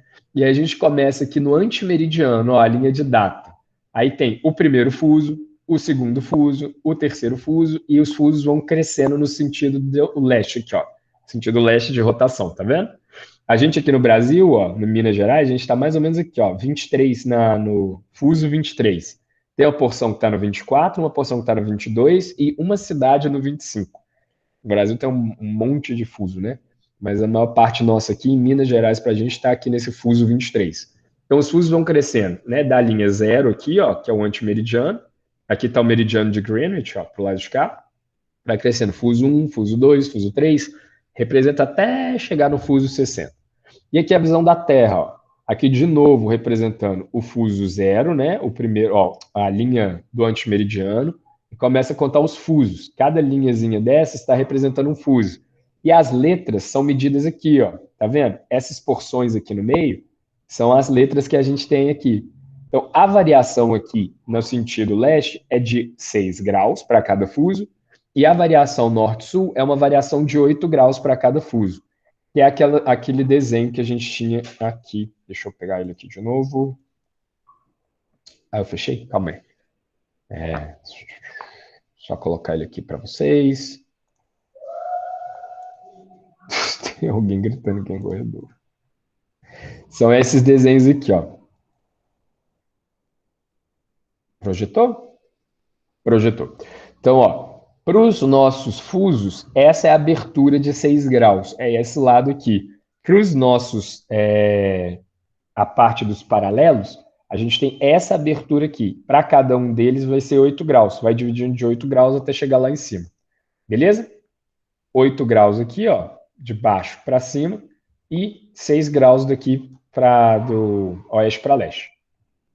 Era só para a gente ver mesmo essa figura de novo, para a gente lembrar. Fala aí, JV. Acho que eu liguei sem querer. Sem problema. Então, ó, a gente divide aqui nas letras, né? Aqui embaixo é a letra C e vai subindo até a letra X lá em cima, ó. K, L, M, N, pula o O, aí vem P, Q, R, S, T, U, V, X, W. O Brasil está mais ou menos aqui na letra K, é o principal paralelo que a gente tem aqui, tá? Mas algumas porções do país, como ele é muito grande, estão em outras. Tem partes aqui ó, na J e parte no L. E aqui em cima, ó, tá vendo? Chega até o M, N. Minas Gerais está principalmente no K. É importante a gente saber olhar isso aí no Google Earth, no IBGE, nos mapas, sempre fala onde é que tá. Tranquilo? Então, ó eu comendo unha, foi mal. Aqui Oi. Nesse mapa que você está apresentando aí, não seria mais fácil encontrar a figura, compor um ponto específico no latitude e longitude, não? É exatamente isso que a gente está fazendo. Por quê? Olha só, o ponto latitude e longitude, ele é uma forma de representação. Mas você está trabalhando com graus, não tá? Ah, sim. O grau, ele é um ângulo, ele é um ponto de referência angular. Como é que você fala, por exemplo, que a sua casa está distante a 20 graus leste e 30 graus sul de outro ponto? Você consegue visualizar isso rápido na sua cabeça? Não. A gente precisa ter uma noção de distância, não precisa? Sim. A nossa ideia aqui depois que a gente planifica todo o globo terrestre, ó, a gente vai conseguir falar de distância dentro desses quadrinhos. Porque cada quadrículazinha dessa, ela é muito pequena. A distorção de distância dentro dela é muito pequena. Olha aqui, se eu olhar esse quadradinho específico e trabalhar dentro dele, eu não tenho tanta distorção angular, não é isso? Estou falando de 8 graus no sentido norte-sul e 6 graus no sentido leste-oeste. Não é muita coisa. E aí, quando eu começo a subdividir essas quadrículazinhas, eu começo a falar de distância. Aí, ao invés de eu ter um eixo que é o centro do elipsoide, né, trabalhando com ângulo de variação na superfície, eu vou jogar um eixo XY nessa imagem aqui e falar, ó, aqui é 0 metros, aqui é 500 mil metros, aqui é 0 metros, aqui é 1 milhão de metros. E aí eu consigo trabalhar com os quilômetros, né, a distância, e aí sim eu vou conseguir aplicar as distâncias horizontais, ao invés de ficar pensando no ângulo do centro do elipsoide em relação à superfície. Beleza? Tranquilo. Então, ó, a gente está fazendo essa subdivisão para chegar lá. Então, olha só como é que fica aqui o nosso planeta bonitinho. Aqui está o 0 grau, né? O nosso latitude e longitude, aqui é o meridiano de Greenwich. Aqui 180 graus, que é o antimeridiano de Greenwich. Por que está repetindo aqui, Léo? Que a gente está trabalhando com mapa cilíndrico, né? Então, aqui atrás, ó, essa linha, ela repete dos dois lados. Olha como é que está distorcida aqui a Antártida gigantesca. Então, para os nossos UTMs, como é que é separado isso? A gente tem aqui, ó, de 90 graus sul até 90 graus norte. Isso aqui tudo é o que você estava falando aqui, Jordane, dos latitudes e longitudes. E aí a gente vai começar a dividir em zonas menores. Por que que a gente vai dividir em zonas menores? Para facilitar o nosso trabalho. A gente tem uma subquadrícula aqui, que é a quadrícula A, quadrícula B, quadrícula Y e quadrícula Z, referente ao, né, parte norte, sul, leste, oeste. Mas isso aí nem preocupa muito não, tá? Essas divisões, elas são principais para os polos, ó. Porção Y da quadrícula, Z, porção A e porção B. Vai, meu telefone tocando? Você olha lá? Valeu. E aí, olha só, a gente ignora os 10 primeiros graus e os últimos 10 graus, né? Aqui em cima, Léo, tá 84. Sim, tá 84, porque é onde está a última porção de terra aqui, ó. Na parte de Groenlândia e as ilhas de Faroe, que tá aqui para cima. Mas é mais ou menos os 10 graus, né?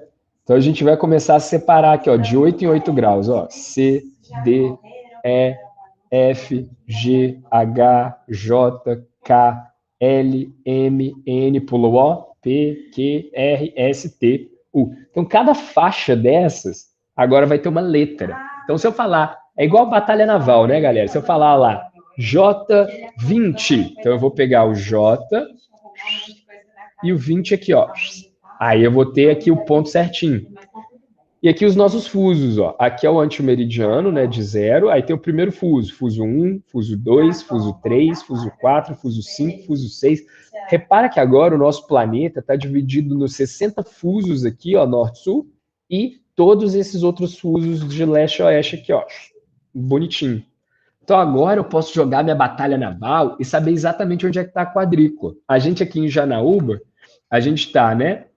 Eu falei que a maior parte aqui de Minas Gerais está no K, mas esse aqui está em L, ó. Eu falei errado. K é São Paulo e o outro estado que eu esqueci o nome. A gente está aqui, ó, na letra L, tá? Dos paralelos e no fuso 23. Lembrando que o fuso é o vertical e a linha aqui dos paralelos são as letras, tá bom? Então, se eu falar que eu estou trabalhando numa área L23, para qualquer pessoa no planeta vai saber que eu estou trabalhando exatamente com essa quadrícula aqui, ó. Beleza? Tranquilo até agora? Sim.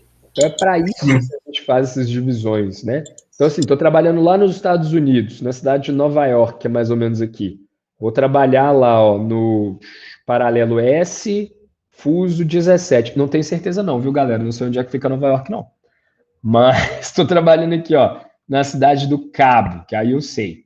A gente está trabalhando aqui, ó, no fuso 34, no paralelo bonitinho aqui de J, né? Aqui em cima para baixo a gente tem as outras cidades. E é assim que a gente faz. A gente vai encontrando cada lugar do nosso planeta aqui bonitinho, encontrando essas quadrículas para trabalhar com mais precisão nas distâncias horizontais de um ponto em relação ao outro. Tá bom? Então, agora, o que que acontece? Esse que é o tchan, é a transformação agora, né? Eu vou pegar meu fuso da mexerica, bonitinho, planificar ele, e aí eu vou dividir essa folha em números de valores de distância. E esse é o truque, né? Essa é a magia da UTM. Cada fuso, a gente vai colocar um sistema cartesiano métrico, x, y, tá? São medidas para norte-sul e medidas para leste-oeste, que agora a gente vai ter as distâncias. Então, ó, a interseção da linha do Equador com o meridiano central, o ponto central aqui, a gente coloca a coordenada de 500 mil metros, 500 quilômetros, bem aqui. Lá no eixo X, ó, 500 mil, bonitinho. Porque aí o nossa secante, né, não pega dois fusos do lado de lá e pega o meridiano central. Então, se a gente faz essa divisão, a gente consegue colocar todos os pontos daquele gomo da laranja bonitinho, né? E trabalhando com essas medidas, a gente vai ter menor distorção ali na linha do meridiano central e a gente estende as medidas todas para cobrir toda a área que está sendo representada. Até uma parte que não está sendo representada, mas tudo bem. Aqui no Norte e Sul, a gente já tem outras medidas, que é de 0 a 10 milhões, a 10 mil quilômetros, né? Porque, se vocês pensarem, a medida Norte-Sul, ela está pegando o planeta inteiro. A medida Leste-Oeste está pegando só uma partezinha da laranja. Então, ó, a divisão aqui é colocada o Equador 0 grau, 0, em referência ao hemisfério norte, e 10 milhões em referência ao hemisfério sul. Isso significa que a nossa medida ela vai ser sempre de baixo para cima. Então, do hemisfério sul né? Aqui embaixo vai ser 0 até 10 mil quilômetros aqui no Equador. E no hemisfério norte vai ser 0 até 10 mil quilômetros lá no hemisfério norte. É o último ponto que está lá. Beleza? O central vai ser sempre 500 mil. Então, eu vou ter menos 500 mil, que vai chegar no 0 para oeste, e mais 500 mil vai chegar no 1 milhão de metros aqui para leste. Trabalhando com 1 milhão, 10 milhões, parece muito, mas se você pensar, são 1.000 quilômetros, né, leste-oeste, e 10 mil quilômetros norte-sul. Não é tanta coisa assim, pensando que a gente está falando do planeta Terra, né, galera? Então, ó, a gente vai ter as medidas de baixo para cima, né? De sul para norte. De 0 a 10 milhões de metros no Equador. No hemisfério norte, de 0 a 10 milhões no hemisfério norte. Então, a gente que está trabalhando aqui no hemisfério sul, tem que lembrar que as medidas aqui ó, vão de 0 a 10 milhões. Quem for trabalhar em Roraima, lá em cima, no Amapá, talvez tenha que tomar cuidado como é que fica a variação aqui. A gente aqui em Minas Gerais vai ser sempre assim, ó, de baixo para cima.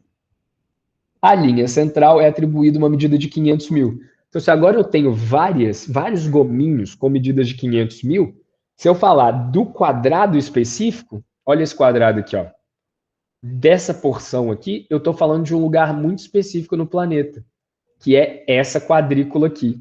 Então, agora eu tenho todas as medidas para todos os pontos. E quanto mais próximo do centro, mais preciso vão ser essas medidas. Quando está mais na bordinha, vai ser um pouco menos preciso. Mas mesmo assim, vai ter uma precisão suficiente para a gente trabalhar com medidas horizontais. Tranquilo? Fez sentido? Então, ó, o ponto aqui é o norte verdadeiro. Aqui a gente chama de falso oeste. Não sei para que a galera inventa isso, né? É o oeste, não tem leste para o lado de cá. A gente chama de falso oeste, que é o leste. Então, aqui, ó, metros norte, metros para o norte, leste e falso leste, né? Ignora isso. Pensa só o Equador com a linha do meridiano central está no 500 mil, desce para 0 para o lado do oeste, sobe mais 500 mil para o lado do leste. Tranquilo? Se alguém vier com esses nomes aí, falso oeste, vocês sabem o que é isso. É 500 mil para o lado de cá. É só para não falar que tá tipo 0, aí mede 500 mil para oeste, 500 mil para o falso oeste. Precisa disso, gente? Não. A linha do meio do meridiano central com o Equador está aqui no 0, 500 mil. Para oeste vai até 0 e para leste vai até 1 milhão. Tranquilo? Até agora tá de boa? Sim. Então, ó, nosso meridiano central é a linha reta, no Equador é a linha reta.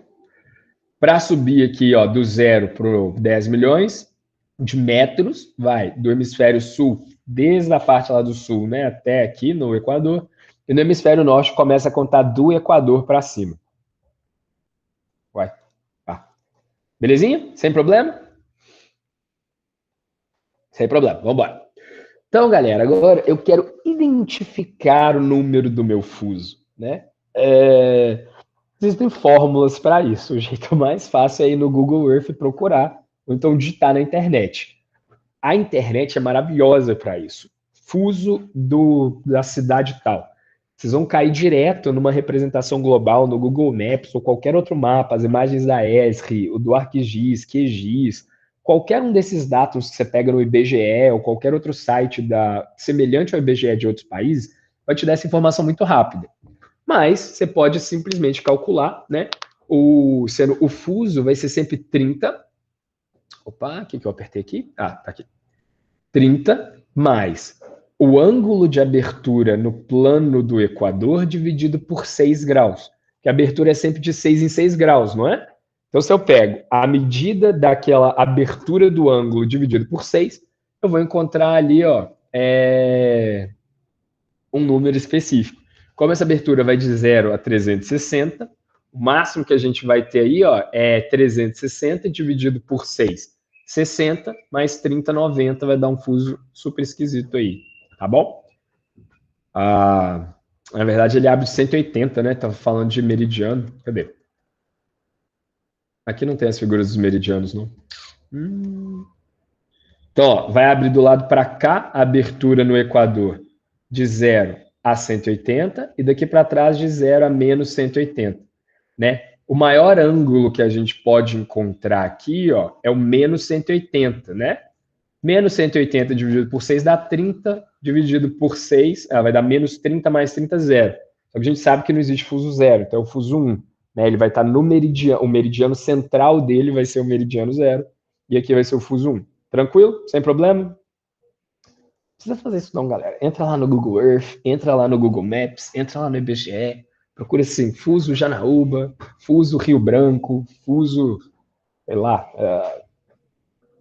não sei o nome das cidades que a gente pode querer trabalhar aí, tá bom? Sobre o meridiano central, a fórmula ela tem um número negativo, porque ela varia, né, do zero até o último meridiano lá, são 60 fusos, são 180 meridianos no total, 360 graus. Então a gente trabalha com a fórmula de multiplicação, né? 6 graus para cada fuso, vezes o número do fuso e faz a subtração direta. E aí você vai encontrar o meridiano central certinho que você está trabalhando. Como a gente tem 60 meridianos centrais bonitinhos, né? Tem o 0 até o 60, que é o último que tem lá, aí a gente vai encontrar o fuso bonitinho. Para encontrar o fuso, 30 mais lambda sobre 6 graus, é a abertura no equador, no plano horizontal. Meridiano central, a gente tem essa variação de 3 graus, porque a abertura para os dois lados, né? A abertura de 6 graus dividida por 2 para dar o número certinho exato, tá bom? Por isso que a gente tem essa variação de 3 graus para cá. Precisa preocupar com isso? Claro que não. Mas a ideia é o seguinte, ó. Nosso fuso vai estar aqui, ó, 0 grau, com o leste aqui bonitinho. Então, para a gente achar esse fuso aqui, qual que é o fuso que a gente está? A gente faz aquele cálculo que está aqui atrás. 30 mais abertura vertical para o lado de lá. Em relação ao ponto que eu tô, né, a gente vai variando de 6 em 6 graus, e aqui para a parte de trás vai variando de menos 6 em menos 6 graus. Esse aqui é o tal do Greenwich, MG não é Minas Gerais, meridiano de Greenwich, que ele está aqui bem do lado do fuso de 30, né, que é o fuso do meio, que é o próprio meridiano. Tá bom? Então vai variando aqui, ó, menos 6, menos 12, papapá, para o 6, para o 12, papapá. Então a gente tem a abertura aqui, ó, Minas Gerais está aqui, a maior parte dele está no fuso 23, tem um pedacinho aqui no fuso 24 e um pedacinho aqui no fuso 22. O Brasil tem um mundo de fusos, né? Para quem está aqui no cantinho 18, 19, 20, 21, 22, 23, 24, 25. As principais cidades e capitais, a nossa principal área de trabalho é 22, 23, 24. Tem o cantinho do Nordeste 25 e o pessoal que trabalha na região Norte, aí tem esses outros fusos para cá, beleza? Mas do 22 ao 24 já resume a maior parte das capitais do Brasil, dos polos industriais e econômicos. E aí, a gente vai falar um pouco do conceito que a gente já está trabalhando, que é o tal do datum. Essa unha minha fica coçando até. O que é o tal do datum? Tá? A gente está falando de representações teóricas, modelos matemáticos, planificação de uma estrutura real tridimensional. Né? Para a gente trabalhar com esses pontos, com essas distâncias, a gente tem que ter uma medida verdadeira de todas essas superfícies para a gente amarrar o nosso modelo. É muito simples eu fazer um modelo tridimensional de um elipsoide e falar, beleza, esse ponto, aquele ponto tem essa distância. Mas onde que está localizado no espaço esse ponto? Então a gente precisa, é como se a gente tivesse dois planos paralelos, né, realidades diferentes. Nossa, eu tô cuspindo até. A realidade do mundo verdadeiro aqui e a realidade do mundo modelado aqui do lado, um do lado do outro. Mas como que a gente faz eles entrarem em sincronia e ficarem um junto com o outro? A gente tem que ter pelo menos um ponto em comum que ligue os dois. Pá, ligou aqui, ó. Tá, e agora? Como é que faz eles ligarem aqui do lado? Ó, ligou um outro ponto aqui, ó. Agora ele já não mexe mais. Se eu ligar um terceiro ponto, eu estou juntando o mundo teórico e o mundo real. E aí sim eu vou conseguir falar dos pontos. Porque se eu pego aqui o mundo real, mas meu mundo teórico está posicionado aqui assim, as distâncias não vão bater igual. Não vai representar o mundo verdadeiro. Se eu tiver aqui mais ou menos igual, também não vai representar. Olha a distância que eles estão um do outro. Eu tenho que fazer com que o meu mundo modelado seja igual ao meu mundo verdadeiro. E aí eu tenho que amarrar os pontos. Ó. Amarra um ponto aqui, amarra um ponto aqui e amarra um ponto aqui. Se eu amarrar esses 3 pontos, nossa senhora, eu tô parecendo aqueles caras dos Vingadores. Estou juntando as realidades, né? É um mundo idealizado com o mundo real. E quando tudo estiver junto, todos os meus pontos vão estar muito bem representados no nosso modelo, que é o que a gente trabalha para calcular, e na superfície verdadeira do planeta, que é o que a gente está vivendo aqui. Então, esse ponto de amarração, essa rede de dados que amarram todos esses pontos, é o que nos permite correlacionar o modelo e a prática. E é isso que a gente chama de datum, tá? É uma superfície tridimensional na qual as latitudes e as longitudes, as elevações, são todas calculadas, são todas muito bem medidas. Você vai no campo, fica horas lá com o GPS esperando dar a medida, vai no outro ponto, pega a medida. É a linha que costura o nosso modelo junto com a realidade, é a fábrica da realidade. Nossa, que bonito isso. Então, ó, permite que a gente consiga pegar nessa nossa malha UTM toda traçalhada, assim, quadriculada, essas distâncias teóricas, esse gomo da mexerica planificado, e colocar um lugar verdadeiro para ela. Agora, não é mais o UTM 23 e o K. Tem um ponto ali que está localizado em Janaúba. Tem um ponto ali que está amarrado em Belo Horizonte. Tem um ponto de referência ali que está amarrado em Teófilo Otoni. Então, a gente está ali agora com o modelo amarrado com a realidade. É a linha que costura o modelo com a realidade, esse tal desse datum. Então, é uma superfície tridimensional calculada, tá bom? Ela serve como uma referência para todos os pontos no espaço. E ela define a origem que vão ser colocadas todos os nossos pontos de referência. Então, quando vocês forem trabalhar no ArcGIS, no próprio Google Earth, no QGIS e todos os programas que a gente pode usar, recomendo dar uma olhada lá no material suplementar lá no Classroom, tem os links externos. A gente vai ter que escolher um datum, tá? A gente tem que escolher um ponto de referência. Existem os globais, famosos, tradicionais, existem os locais, né? E um vai variar em relação ao outro. Se eu pegar um datum de referência do Canadá, não vai ficar tão bom para mim aqui em Minas Gerais. Se o pessoal do Japão pegar meu datum de Minas Gerais, vai ter uma distorçãozinha para lá para o Japão e talvez não seja o ideal para eles usarem no modelo deles, tá bom? Então esse datum, ele é o modelo que traduz o esferoide para a localização. É essa linha que costura a realidade do modelo, tá bom? A gente está aqui falando, né, esferoide, geoide, não sei o quê. Isso é uma forma. Isso é uma forma da gente interpretar o nosso planeta, né? Os outros modelos que a gente está calculando são formas de se posicionar e orientar no planeta. O datum, ele pega a representação e a realidade e junta os dois, tá? Então, ele pode ser usado, ele é diferente para cada esferoide que eu vou trabalhar. Então, se eu estou trabalhando com o esferoide modelado aqui para mim, é diferente do cara que está lá em Greenwich modelando o dele lá, beleza? Então, para a gente criar um datum, essa amarração total, a gente precisa de um modelo tridimensional bem feito e uma quantidade de pontos levantados e medidos em campo. Eu tenho que ir lá no meio do mato, né, e medir meu ponto. São os famosos marcos geodésicos. Eu sei exatamente onde é que está localizado o ponto que eu quero medir. Então, ó, no Brasil tem 4 muito famosos, tá? Córrego Alegre era um de Minas Gerais muito antigo que a gente usava aqui, há bastante tempo atrás. Depois veio o outro que também é bastante utilizado, que é o SAD 69, famoso, tá? Ele é mais baseado num mapa global, mas ainda de localização brasileira, né? Igual a gente fala, localização de jogos, localização de dublagem. O SAD 69 ele é bem localizado brasileiro. E em 84 surgiu um modelo global de datum que é o WGS 84. Ele é muito bom, ele pega assim, né? Ele tem pouca distorção no mundo, ele é utilizado por uma grande quantidade de engenheiros, projetistas e, enfim, pessoal que trabalha nessa área. Então, por ser muito utilizado, todos os mapas trabalhados no mundo, em escala global, utilizam essa referência, tá?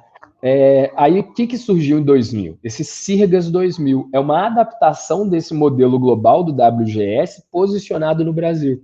Então, o IBGE, né, que é o nosso órgão que trabalha nesse posicionamento todo, vai pesquisando uma série de informações e pontos específicos até concluir a criação desse modelo centralizado e localizado no Brasil. Então, os pontos do CIRGAS 2000 são muito parecidos com o WGS. Essa linha de amarração fica muito parecida. Então, antes de você começar um mapa num sistema de referência, num QGIS da vida, né, ele vai te perguntar qual datum você quer usar. Costuma já vir carregado, senão você baixa lá no IBGE, isso a gente vai aprender a fazer rapidinho. Aqui a gente está usando o padrão brasileiro CIRGAS 2000, tá bom? E quais são as diferenças, né, desses dois principais? O Córrego Alegre nem vou falar porque ele é mais antigo, já foi descartado. O SAD 69, ele tem a referência topocêntrica. O ponto de origem de orientação está na própria superfície. E usa técnica clássica, tá bom? É triangulação, poligonação. O que é isso? Eu tenho um ponto aqui, um ponto aqui, um ponto aqui. Faço um triângulo de referência, calcula a medida. Vai fazendo vários polígonos baseado na triangulação. O Sirgas 2000, assim como o WGS, ele usa um referencial diferente. Ele usa o referencial de um dos eixos cartesianos no centro de massa do planeta. Então, por isso que ele é mais usado global, né? O SAD 69 está usando um ponto na superfície daqui do Brasil. Então, está mais próximo da realidade brasileira. O Sirgas 2000 já usa o posicionamento do planeta, né? Do centro de gravidade de massa. Portanto, ele consegue usar técnicas mais avançadas, né? Ele usa satélite para mapear tudo e calcular os pontos específicos do posicionamento. Então, a diferença do SAD 69 é que ele é topocêntrico, ele é definida na superfície da Terra, né? Aqui no caso o Brasil, topo, né? Superfície, cêntrica, o centro é a superfície. E outra é geocêntrica, né? O centro é a Terra, é o ponto de massa de referência na Terra. O Sirgas, ele usa, parecendo aquele nosso esferoide roxo que a gente usou para representar todos os pontos, tá? O SAD é como se a gente tivesse um plano em cima da esfera, medida ali em relação. O Sirgas está mais perto do que é o TM, que são essas referências mais precisas e todos esses cálculos que a gente trabalha até agora, tá bom? Fechando essa parte, né, a gente termina agora de falar de geodésica, medidas de ângulos azimutais, referências de datum e todos esses pontos. Tá tranquilo até agora? Alguém tem alguma dúvida por enquanto? Como que é feita essas medidas? Tá de boa? Como é que tá? Tá tranquilo, a aula de hoje foi bem tranquilo. Suave, né? Jordane, suave? Sim, não. Você explicando dá uma visão melhor. Nós vamos fazer o seguinte, eu vou carregar 2 exercícios baseados em ângulo agora ali no Google Classroom. Vou dar aí uma semana para fazer um, outra semana para fazer o outro. Tem tempo de sobra. Se precisar de mais tempo, lembre-se do combinado. Avisem que vão precisar mais tempo. Mas vou colocar uma data lá de uma semana para fazer cada um deles, tá bom? E aí depois eu coloco uma para a gente trabalhar com datum, porque aí a gente tem que acostumar ângulos e datum. Uma vez que a gente tiver isso aí fixado na cabeça, não tem mais erro. Tranquilo?